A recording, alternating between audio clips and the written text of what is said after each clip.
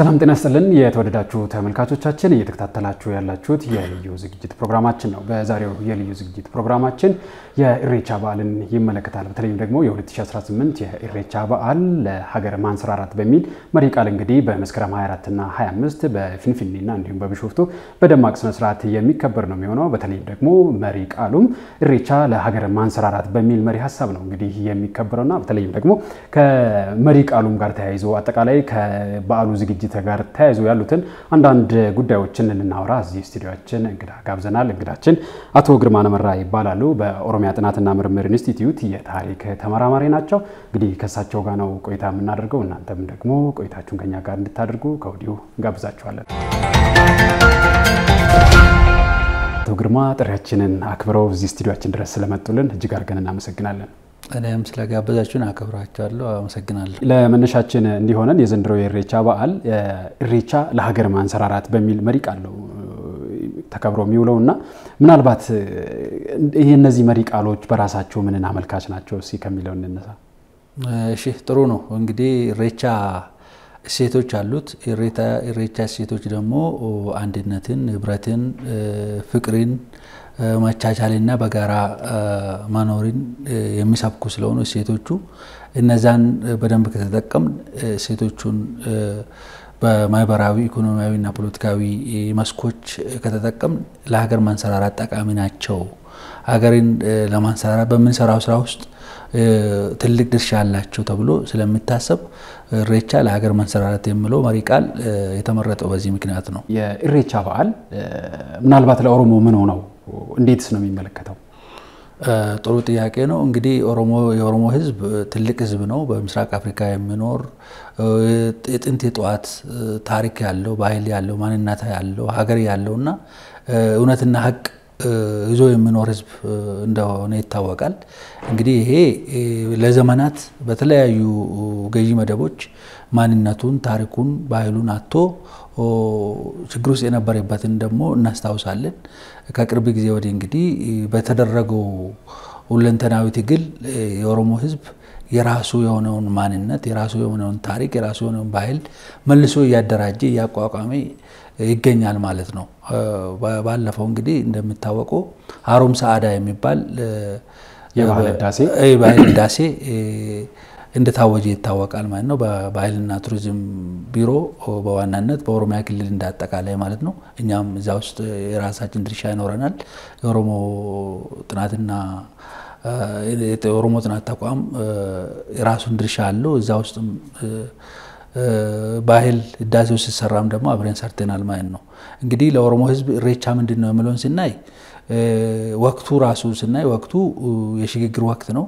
የኦሮሞ ህዝብ ከክረምት ጨለማ ወደ ብራ ወይም ወደ በጋው ወራት የሚሸጋገርበት ጊዜ ነውና አንደኛው ልዩ ያደርጋል። ሁለተኛው ደግሞ ኢሬቻን ልዩ የሚያደርገው ምንድነው? በክረምት ወቅት የዘሩት በቅሎ አድጎ አብቦ ፍሬ አፍርቶ የሚደርስበት ወቅት ነው ማለት ነው እና በተስፋ የሚጠብቁት ጊዜ ነው። እንደምታወቀው ዛሬ ላይ ቴክኖሎጂ የተሻለ ቢሆንም መንገዶች የተሻሉ ቢሆንም በጥንት ጊዜ ኦሮሞ ከቦታ ቦታ ለመንቀሳቀስ ይቸገራል። በክረምት ጊዜ ብራ ሲመጣ ክረምቱ ያበቃ ወይም የቆመ ሲሄድ ደግሞ ለመንቀሳቀስ ለመሸጋገር ዘመዱን ለመጠየቅ የተመቻቸ ጊዜ ስለሚሆን እንደ መልካም ጊዜ እንደ ተስፋ ያለው ጊዜ ይቆጥርና ይሄን ደግሞ በአደባባይ ወጥቶ መልካ ላይ ሄዶ ወንዝ ዳር ሄዶ አይቆች አካባቢ ሄዶ አምላኩን ያመሰግናል ማለት ነው። ያን ክረምት ያሳለፍከን የዘራነው በቅሎ ፍሬ አፍርቶ እዚህ ስለደረሰልን እናመሰግናለን ብሎ ያከብራል ማለት ነው። ይሄ ነው ትልቁ መልእክት። የገዳ ስርዓቱ አንዱ መገለጫ የሚባለው ኢሬቻ ነው ተብሎ ይነሳል። ምናልባት ደግሞ በገዳ ስርዓት ውስጥ ደግሞ ማህበራዊ ኢኮኖሚያዊ ፖለቲካ እንዲም ደግሞ አንዳንዴ መንፈሳዊንም ጉዳዮች ጭምር አካቶ የያዘ ነውና ምናልባት በምን ያህል መልኩ ነው ይሄንን የገዳን ስርዓት ሊገልጥ የሚችለው ኢሬቻ? እንግዲህ የገዳ ስርዓት ብዙ ተቋማት አሉት ከውስጡ ማለት ነው። አነስተነስ ያሉ ተቋማት አሉ። ከነዚህ ውስጥ እንግዲህ ትልቁ ኢሬቻ ነው። ኢሬቻ የምስጋና ቀን ወይም የጸሎት ጊዜ ነውና ከገዳ ስርዓት ተቋማት አንዱ ነው ማለት ነው እና ኢሬቻን ስናከብር ደግሞ ሶስት አይነት ፋይዳዎች ሊኖሩት ይችላሉ። አንደኛው ማህበራዊ ፋይዳ ነው፣ ሁለተኛው ኢኮኖሚያዊ ፋይዳ ነው፣ ሶስተኛው ደግሞ ፖለቲካዊ ፋይዳ ነው ማለት ነው። ማህበራዊ ፋይዳውን ስናይ አንድነትን ነው የሚሰብከው፣ ስለ አንድነት ነው። ከዛም ደግሞ በበላይነት ደግሞ በትልቁ ደግሞ የሚሰበከው እዛ ላይ ሰላም ነው፣ እርቅ ነው።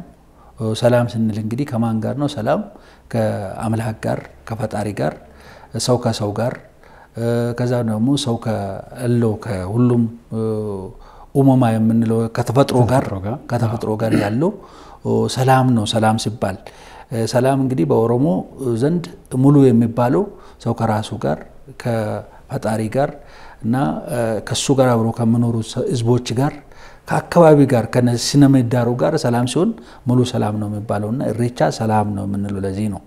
ይሄንን ደግሞ የሚያደርገው ማን ነው? እግዚአብሔር ነው ተብሎ ስለሚታመን እግዚአብሔር እናመሰግናለን ተብሎ በአደባባይ በዚህ ወቅት መልካ ወይም ወንዝ ዳር ሄዶ ኦሮሞ ያመሰግናል ማለት ነው። እርቅ ነው ሌላው ሴት ማለት ነው። እርቅ ኢሬቻ ማለት የእርቅ ስነ ስርዓትን የሚካሄድበት ነው። ለምሳሌ ሰው አውቆም ሳያውቅም ባለፉት ጊዜያት ሊጣላ ይችላል ወይም አለመግባባቶች ሊኖሩ ይችላሉ። እነሱን በዚህ ሰዓት ወደ እርቅ ወደ ሰላም የሚመለስበት ጊዜ ነው ማለት ነው። እርቅ ሳይካሄድ ሰላም ሳይኖር ደግሞ ወደ ኢሬቻ ማይካሄድምና የመጀመሪያው ስራ እሱ ነው። አንደኛው ሴት ነው። ሌላው ደግሞ ህብረ ብሔራዊነትን ያመጣል ማለት ከኦሮሞ ህዝብም አልፎ ዋነኛው ኦሮሞ ህዝብ የሚገናኝበት ነው። ከአራቱ አቅጣጫ የሚመጣው ህዝብ የሚገናኝበት ነው ኢሬቻ። ኦሮሞም ራሱ ብንወስድ ደግሞ ወደ 5-4 ካልቸራል ዞኖች አሉት። እነዚህ ካልቸራል ዞኖች ደግሞ የራሳቸው ባህል ያለባበስ እና የሙዚቃ የዳንስ የተለያዩ ነገሮች አሉ። እነሱ ዲስፕሌይ ሆኖ የሚታዩበት እንደ ሾኬዝ የምናየው ነው ማለት ነው ለኦሮሞ ራሱ። ከኦሮሞ ቀጥሎ ደግሞ ብሔር ብሔረሰቦች አሉ ከኦሮሞ ጋር ለዘመናት የኖሩ እነሱም የራሳቸውን ባህል ማንነት ታሪክ አለባበስ የሚያሳዩበት መድረክ ሆኗል። አሁን ለምሳሌ የሲዳማ ወንድሞቻችን የወላይታ የአላባ የጌዲዮ እና የመሳሰሉት ከተለያዩ የሚመጡ ወዳጆቻችንም ከኛ ጋር አብሮ በሰላም የሚያከብሩትና የሚደሰቱበት እኛም የነሱን ተሳትፎ አይተን የምንደሰትበት በዓሉ ነው ማለት ነው። እና አሁን የኦሮሞ ብቻ ሳይሆን በዓሉ የኢትዮጵያውያን በሙሉ ሆነዋል ማለት ነው። ኢትዮጵያውያን በሙሉ ነው። ከዛም አልፎ የአፍሪካ ኩራት ሆነዋል። የአፍሪካ ኩራት ነው። ለምን የአፍሪካ ኩራት ይሆናል?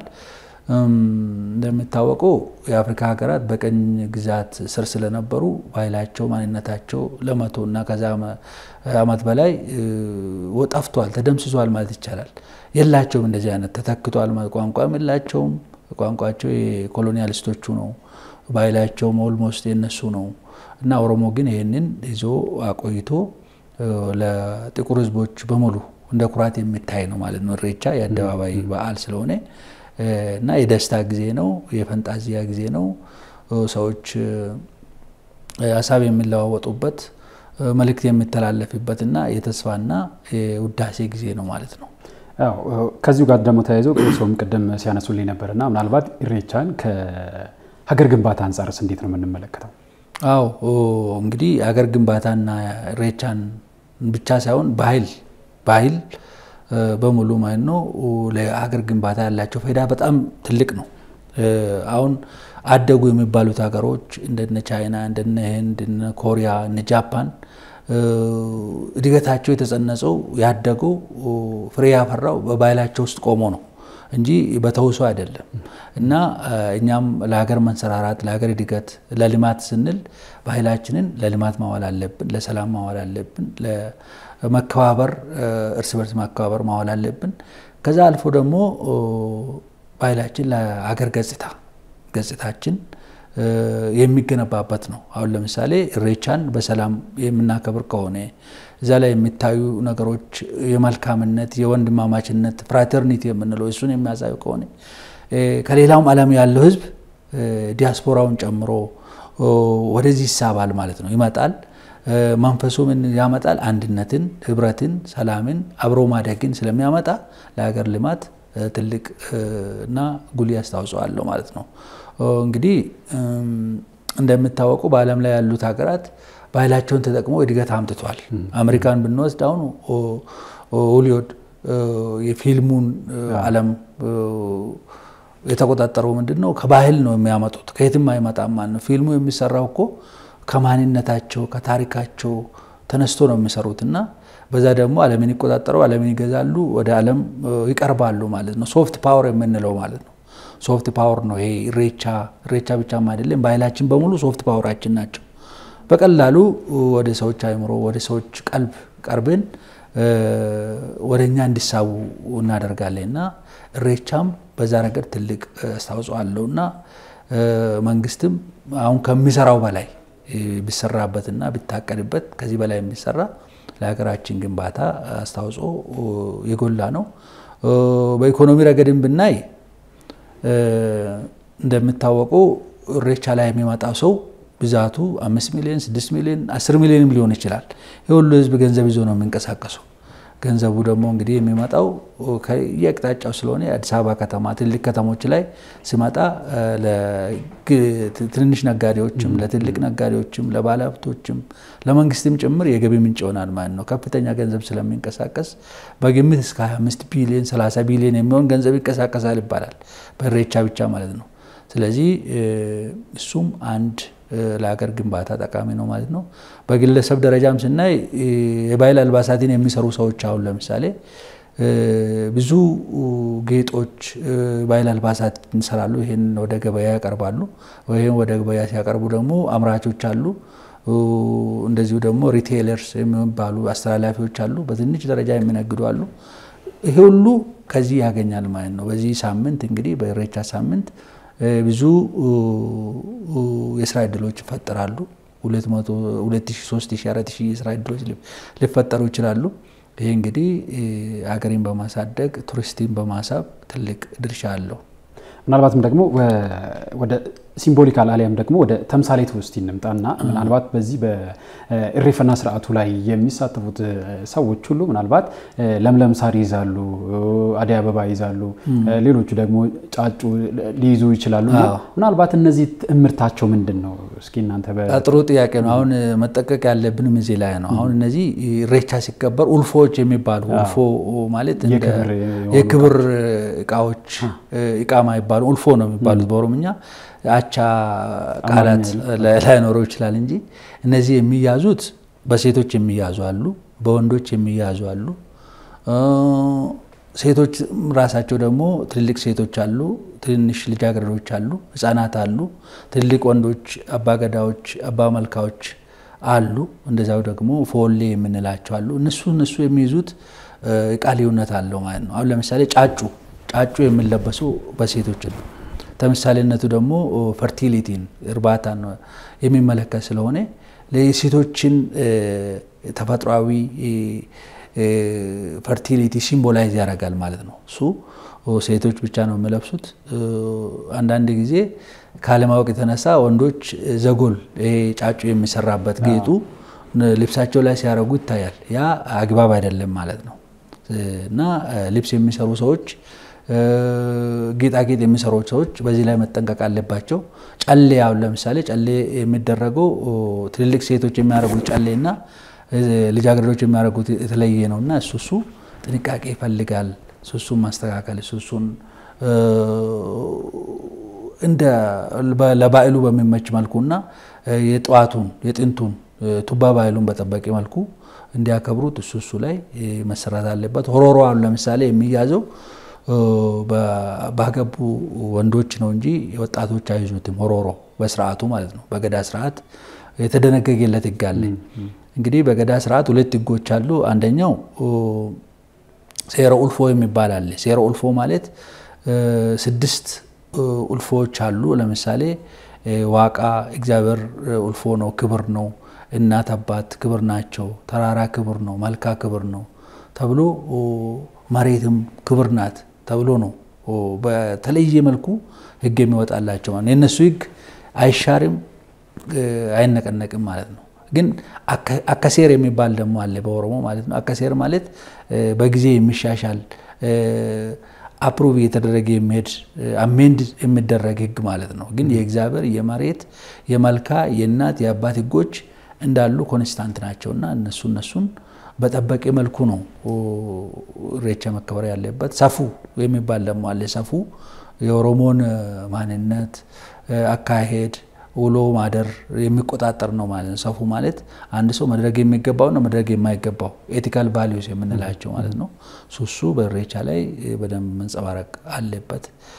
በዛ ነው የሚከበረው ማለት ነው። በአደባባይ ከሚከበሩ በዓላት መካከል ምናልባት በሰው ቁጥር እጅግ ከፍተኛ ተሳታፊዎች የሚገኙበት አንዱ ኢሬቻ ነው ብለን እንግዲህ አፋችንን ሞልተን መናገር እንችላለንና ይሄንን በዓል እንግዲህ የገዳ ስርዓት መመዝገቡ የሚታወስ ነው በዩኔስኮ። ይሄንንስ ለማስመዝገብ እየተካሄደበት ያለው ምናልባት ምን ደረጃ ላይ ነው? አንተ እንዳልከው በአደባባይ ከሚከበሩት በዓላት እንኳንስ በኢትዮጵያ በአፍሪካም በዓለምም አንደኛ ሊባል የሚችል ነው ማለት ነው። ዝም ብሎ ፌስቲቫሎች እነዚህ በብራዚል በተለያዩ ቦታ የሚከበሩ ትልልቆች ሊኖሩ ይችላሉ። ግን ባህላዊ ይዘታቸው ይህን ያህል ነው እነሱ። ግን ይሄ ባህላዊ ነው። በጣም ቱባ ባህሉን ጠብቆ የሚመጣ የሚከበር በዓል ስለሆነ በአፍሪካም በኢትዮጵያም ትልቁ ነው ብሎ ሊቀመጥ ይችላል። ስለዚህ ይሄ ትልቅ በዓል እስካሁን አለመመዝገቡ ራሱ ቁጭትን የሚያስከትል ነው። እንግዲህ አሁን ባለፈው ዓመትም ተጀምሮ ጅማሮች አሉ። ይሄ በዩኔስኮ ለማስመዝገብ ቅንጅት የሚፈልግ ስራ ነው። ቅንጅቱ ደግሞ ከየት ይጀምራል? ከኦሮሚያ ክልላዊ መንግስት ነው። ከኦሮሚያ ክልላዊ መንግስት ደግሞ በበላይነት ይሄንን የሚመራው ባህልና ቱሪዝም ቢሮ ነው። ባህልና ቱሪዝም ቢሮ ደግሞ በቅንጅት ከፌደራል ባህልና ስፖርት ቢሮ ጋር ነው የሚሰራው። በቅንጅት የሚሰራ ጥናት የሚፈልግ ለዩኔስኮ የሚቀርብ ዶክመንት ያስፈልጋል። ያ ዶክመንት አጠር ብሎ ስለ ኢሬቻ የሚገልጽ በጣም የሚቆጠሩ ወርዶችና ስቴትመንቶች የተደራጀ መሆን አለበት። ገዳ ስርዓትም ሲመዘገብ ኤክስፒሪያንሱ አለ። በወቅቱ ገዳ ስርዓት ጋር አንድ ላይ እንደሚሆን ተደርጎ ነው የተመዘገበው። ግን አሁን ሲታይ ኢሬቻ ከመስቀል ከጨምበለላ ከጥምቀት እኩል ሊመዘገብ የሚገባ ሀገር ሀብት ስለሆነ እሱ በዚህ ዓመት በቅንጅት እንደሚሰራ የስራ ኃላፊዎችም ሲያነሱ ሰምቻለሁ። እንግዲህ በዚህ ዓመት ይጀመራል፣ ሂደቱም ይቀጥላል። ምናልባትም በሚቀጥለው ዓመት በዚህ ሰዓት ሌላ ዜና ሊመጣ ይችላል፣ አይታወቅም። መልካም እንግዲህ እኛም ይሄም ደግሞ ተሳትቶ ለህዝቦቻችን መግለጡን ደግሞ እንደ አንድ ትልቅ ድል ነው የምናየው። ምናልባት ደግሞ እንግዲህ ኢሬቻ ከ150 ዓመት በኋላ ምናልባት የዛሬ 7 እና 6 ዓመት በፊት በፊንፊኔ ላይ ተጀምሯልና በየዓመቱ ይሄ ነገር እየተከበረ የሄደበትን ጉዳይ እናነሳለን። ምናልባት ደግሞ በእንደዚህ ዓመታት ውስጥ ምን አይነት ትዝታዎችን ጥሎልን እያለፈ ነው ይላሉ? እንደምታወቀው ኢሬቻ በተለያዩ በፖለቲካዊ የነበሩት ገዢ መደቦች በሚከተሉት ርዕዮተ ዓለም የባህል እኩልነት፣ የታሪክ የማንነት እኩልነት እዚህ ሀገር ውስጥ አልተከበረም ለዘመናት ማለት ነው። 150 ዓመት የምንለው 200 ዓመት የምንለው ከዛ ነው የሚጀምረውና ለእኩልነት ቦታ አልነበራቸው። እነሱ አንድነትን ሁሉንም ነገር አንድ እናረጋለን ብሎ ሲታገሉ ነው ኖሩት። የኦሮሞ ህዝብና ሌሎች ጭቁን ህዝቦች ደግሞ በአንድነት አይደለም እኛም ባህል አለ ማንነት አለ ብሎ ታግሎ ነው እንግዲህ ለዘመናት መስዋዕት ተከፍሎበት ነው አሁን 2012 ላይ ኢሬቻ ባህል ፍንፍኔ ላይ ተከበረው ማለት ነው። ፍንፍኔ ለኦሮሞ አንጋፋ የክብር ቦታ ነው፣ ሳክሬድ ፕሌስ ነው ማለት ነው። ለኦሮሞ ካሉት ኢሬቻ ቦታዎች አንጋፋው እሱ ነውና የዛሬ 7 ዓመት በኢሬቻ ላይ ሲከበር በከፍተኛ ድምቀት እንደተከበረ እናውቃለን። ያ ሙቀቱን ወይም ግለቱን ይዞ እየመጣ ነው እየቀጠለ ነውና እሱን በደንብ ማስቀጠል አለብን። ጥናትና ምርምር ያስፈልጋል በዚህ ዙሪያ። እኛ አሁን እንደ ኢንስቲትዩቱ ኢሬቻ ምንድነው የሚለውን አንድ መጽሐፍ በጥናት የተደገፈ ጽፈን ለማህበረሰቡ አበርክተናል ማለት ነው። እንግዲህ ምን ሊሆን ይችላል ወደፊቱ እንዴት ነው ለሀገራዊ ለኢኮኖሚያዊ ለማህበራዊና የፖለቲካዊ ጉዳዮች የምንጠቀመው የሚለው አሁንም ጥናት የሚፈልግ ቅንጅት የሚፈልግ አብሮ መስራትን የሚጠይቅ ስለሆነ ፋይዳው ትልቅ ነው። ግን አሁንም መስተካከል የሚገቡ ሊሰሩ የሚገቡ ስራዎች አሉ። እነሱ ላይ እንሰራለን። ሰዎች ወደ ኢሬፈና ስፍራው ሲሄዱ ምናልባት አካሄዳቸውም የተለየ ነው። ልጃገረዶች ከፊት ይሄዳሉ፣ ከዛ እናቶች ይቀጥላሉ። የማይወልዱ እናቶች ከነሱ ኋላ ይሆኑና አባገዳዎች እንደዛ ነው እና ቀድሞም እዛ ሲሄዱ እንግዲህ አባ መልካውን ካልከፈተ የኢሬፈናው ስርዓት እንደማይካሄድ ሁሉ ነው እንትን የሚባለውና ምናልባት እነዚህ ነገሮች ምንድናቸው? እስቲ ግልጽ ለማድረግ ሂደት አለው። አሁን ኢሬቻ ኦሮሞ ድሮ ከክረምቱ ሲያበቃ የመጀመሪያው ጉባ የሚባለው አሁን መስቀል ተብሎ የሚጠራው ራሱ በጥናት እንደምናየው ጉባ ወይም ኢብሳ የሚባል ነገር ያበራል ማለት ነው።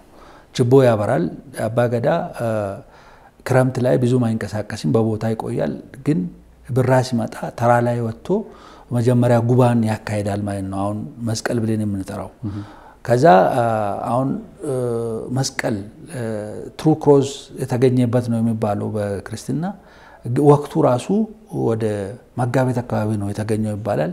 ግን በሂደት ባህልና ሃይማኖቱ የተገናኘ ሲመጣ ወደዚህ እንደመጣ ነው የሚነገረው እንጂ በድሮ ዘመን መጀመሪያ ኢብሳውን ወይም ጉባውን ያካሂዳል ማለት ነው። በቤቱ በደጁ ላይ ያካሂድና ከተወሰኑ ሳምንታት በኋላ ደግሞ ወደ ኢሬቻ ይሄዳል። ወደ ኢሬቻ ሲከድ የመጀመሪያ ኢሬቻ ከቤት ነው የሚጀምረው። ድንቃ ከሚባሉ ወይ ከሳሎን ነው የሚጀምረው።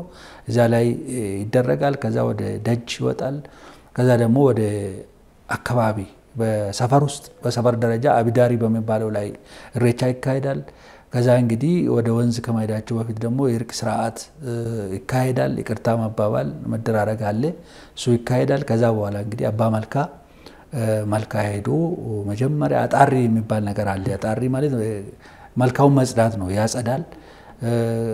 ከ2-3 ቀን በፊት ሄዶ ያጸዳል ማለት ነው። ምክንያቱም መልካ ላይ ወይም ወንዝ ላይ ክረምት ላይ ጎርፍ በብዛት ይገባል። ያ ጎርፍ ደግሞ እንስሳትን የሞቱ ነገሮችን ይዞ እዛ ውስጥ ሊገባ ይችላል። በኦሮሞ እንግዲህ ሞት ጥሩ መንፈስ የለውም ተብሎ ስለሚታመን ንጹህ የሆነ ቦታ አካባቢውን ንጹህ አድርገን ደግሞ ለእግዚአብሔር ምስጋና ማቅረብ አለብን ስለሚባል ቅድሚያ ያ መጽራቱ ይካሄዳል ማለት ነው በአባ መልካው። ከዛ እንግዲህ መልካው ራሱ የሚከፈተው ደግሞ በአባ መልካው ቡራኬ ነው ማለት ነው።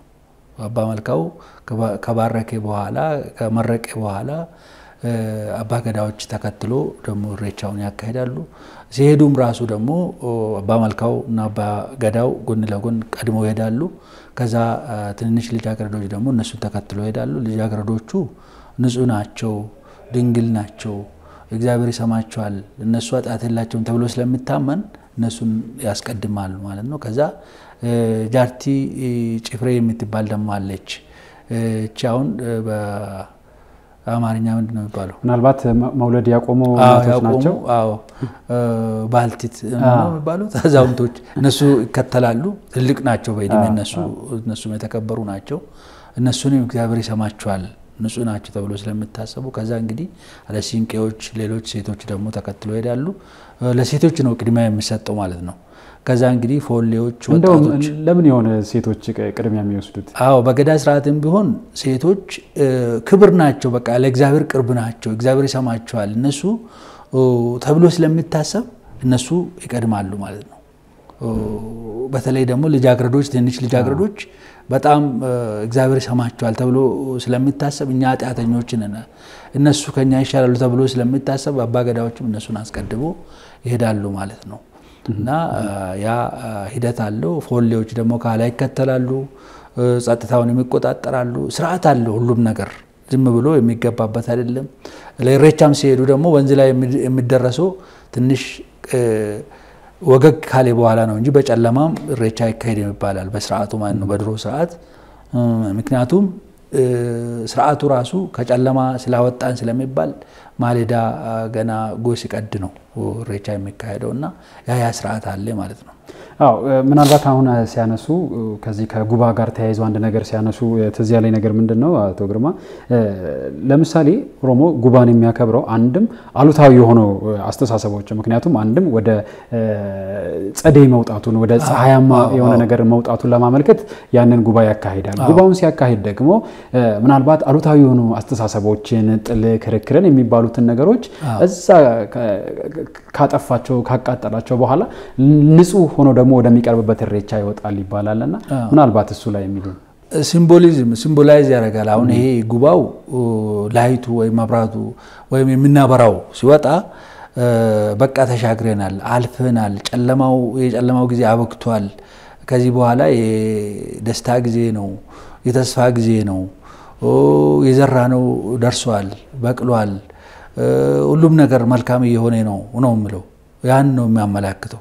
ተራላይ ወጥቶ ከዚህ በኋላ አባገዳ በድሮ ዘመን ተራራ ላይ ነው ማለት ነው መጀመሪያ ጉባው ራሱ የሚደረገው ከዛ ወደየ ቤቱ ደግሞ ያንዳንዱ ሰው አባገዳውን ተከትሎ ያደርጋል ነው ከሽማግሌዎችኛ ያገኘ ነው ማለት ነው። አሁን በዛ ደረጃ አለ የለም ሌላ ነገር ሆኖ የሚያመላክተው ግን አልፈናል ተሻግረናል ከክረምት ከጨለማው ጊዜ ወደ ብራ ተሻግረናል የምለውን ያመላክታል ማለት ነው። የሽግግር ጊዜ ነው ማለት ነው ባጭሩ። መልካም ወደ መጨረሻው ልምጣና እንደው እናንተም በምርምራችሁ ያገኛችሁት አጠቃላይ ደግሞ በዚህ አሁን እየተከበረ ባለበትና ከዚህ ቀደም የነበረው የበዓሉ አከባበር ላይ እንደው ሊስተካከሉ ይገባሉ ይሄንን ብናረግ ይሄንን ባናረግ ብለው የሚሉት ነገር ካለ በዚህ እንቋጭ ንግግር። ዋናው ነገር ምንድነው ኢሬቻ ሰላም ነው ኢሬቻ እርቅ ነው ኢሬቻ አንድነት ነው ኢሬቻ የደስታ ጊዜ ነው የቡራኬ ጊዜ ነው ለእግዚአብሔር ምስጋና የምታቀርብበት ጊዜ ነው ጸሎት ለወደፊቱ ደግሞ መልካም ነገር እንዲያጋጥም የምትጸልይበት ጊዜ ነውና አንዳንድ ጊዜ ምንድነው ማሆን ያለበት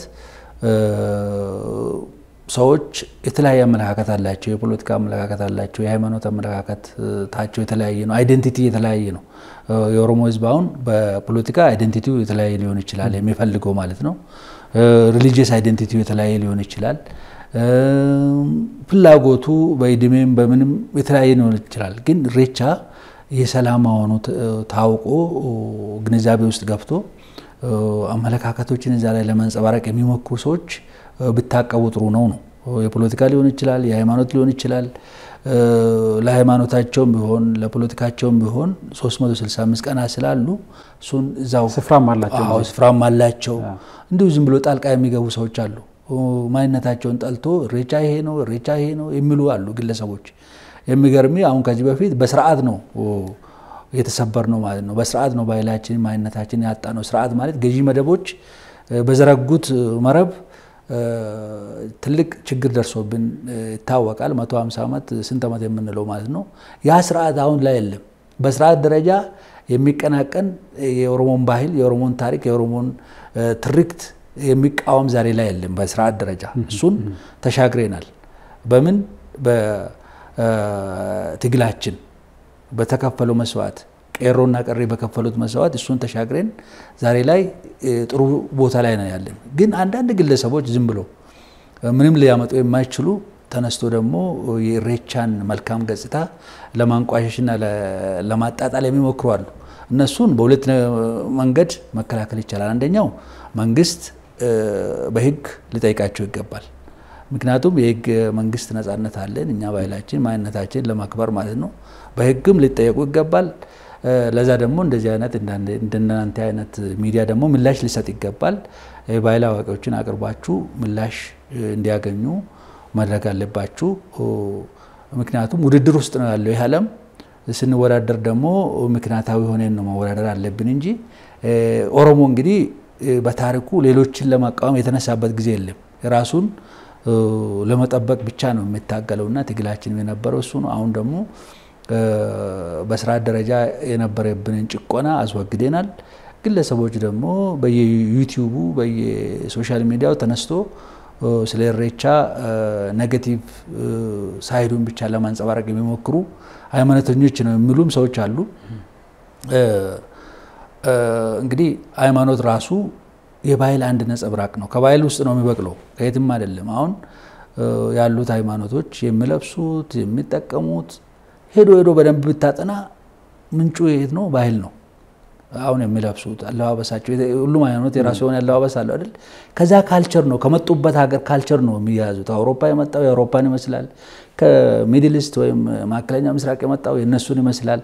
ስለዚህ በ2000 በ1000 ዓመት ጊዜ ውስጥ ለውጦች ይታዩበታል እንጂ ከባህል ነው የሚበቅሉትና ዝም ብሎ የሰውን መንካት በህግም ያስቀጣልና እንደዚህ የሚያደርጉ ሰዎች ቢቆጠቡ መልካም ነው የሚል አለ። መልካም እንግዲህ አቶ ግርማ ነመራ በኦሮሚያ ጥናትና ምርምር ኢንስቲትዩት የታሪክ ተመራማሪ እዚህ ስቱዲዮአችን ድረስ መጥተው ስለ ኢሬቻ ይህንን የመሰለ ማብራሪያ ስለሰጡን እጅግ አድርጌ አመሰግናለሁ። እኔም አመሰግናለሁ። መልካም የተወደዳችሁ ተመልካቾቻችን እንግዲህ በልዩ ዝግጅታችን ወደ እናንተ ያደረስነው ስለ ኢሬቻ 2018 ነበረ። እንግዲህ እናንተም ስለ ተከታተላችሁን እጅግ አድርገን እናመሰግናለን። ከቀሪ የኦቤን ሆርን ኦፍ አፍሪካ ዝግጅቶች ጋር መልካም ጊዜ እንዲሆንላችሁ እንመኛለን። መልካም ጊዜ